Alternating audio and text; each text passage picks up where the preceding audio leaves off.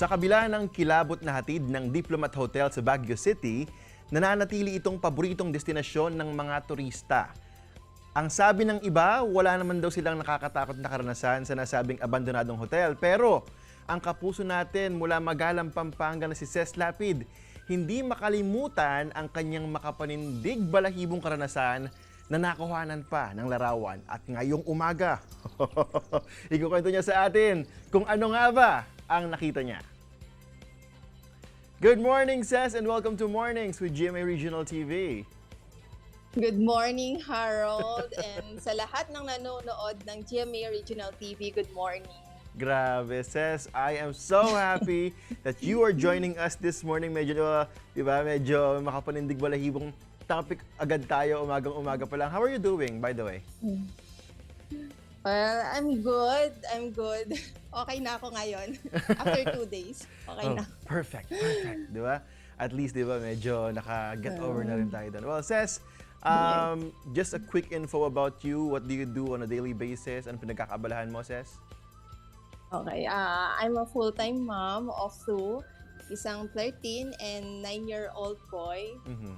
Tapos, meron din ako maliit na negosyo, pinagkakaabalahan daily, ganyan. Well, Ces, ngayon pag-usapan natin yung iyong karanasan sa Diplomat Hotel. Well, I myself had my own share of experiences there. Pero bago yon, no, unang-una, bakit nga ba kayo nasa Baguio nung araw na yon? Bali, ang ginagawa namin doon is nagko-community service kami. Oh. So yung ano na yon, yung date na yon, October 7, Baguio yung target namin. Paano kayo nagkayayaan doon sa Diplomat Hotel? Ano ba yan? Noon pa ba meron na kayong kumbaga paranormal interpretation or stories or judgment about the abandoned hotel?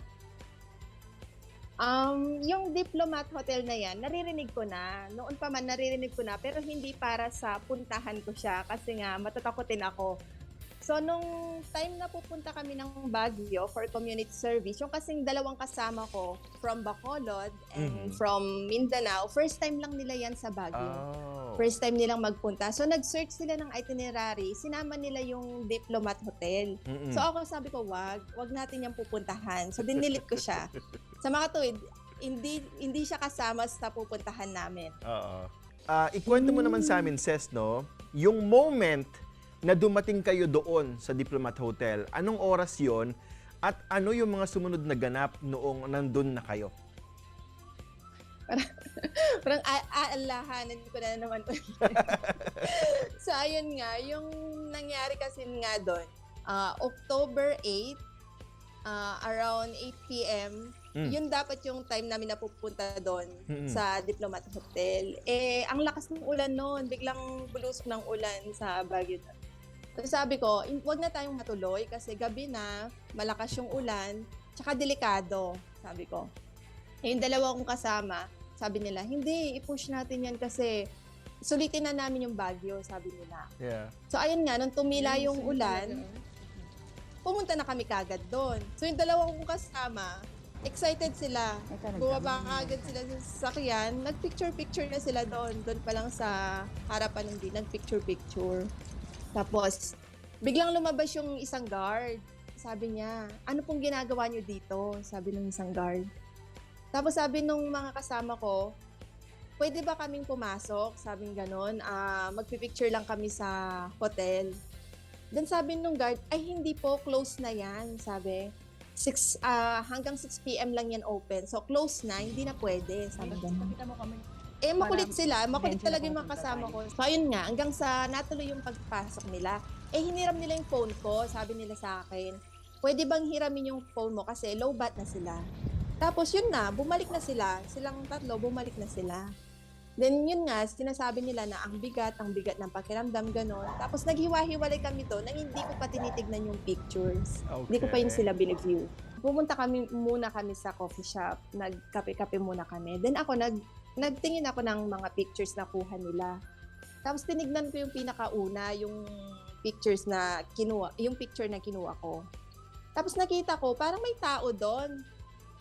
Tapos sabi ko sa isip ko, hala ba may tao dito? Sabi ko, wala naman tao doon. Sabi ko, nung pinicture ko yung hotel, sabi ko, wala naman tao doon. Sabi ko, tinitignan ko yung dalawang kasama ko na enjoy silang nagkukwentuhan eh. Ako, nakatingin ako sa phone ko. Nung zinom ko, hala, wala siyang ulo. Walang ulo walang ulo talaga. Nagulat ako, walang ulo. Tapos nagdadalawang isip pa ako kung sasabihin ko dun sa kasama ko. Kasi enjoy sila eh. Parang nakalimot na sila sa, dun sa Diplomat. Pagkakita ko, nung tinignan nila, parang natulala sila, gano'n. Yun, natulala sila na, Gosh. sabi nila, ang linaw. Sabi nila, Oo nga eh. ang linaw. Nakaharap yung kasing yung tao, nakaharap siya. Kita mo yung skeleton niya, yung kamay niya, skeleton, nakabarong, nakatuck-in. Ako, sa kabila kasi ng naranasan ko noon, I still keep going back to that place. I don't know why, pero definitely there is, kumbaga, an amazing magic in that place. And this is my last question for you, Ses. Pupunta ka pa ba sa Diplomat Hotel? Siguro okay na yung na-experience ko na kasi ganito yun eh. Ako kasi hindi ko talaga ako naniniwala sa ghost. Yes. Never.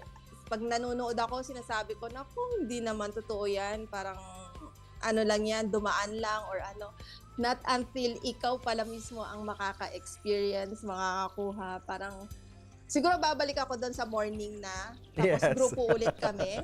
Yung marami Yung kami, marami na grupo kayo. or may mga Pero kung sa gabi, kasama ko yung family ko, yung mga anak ko, Oo. hindi talaga. Ses, maraming salamat. God bless you. Thank you so much for having me here.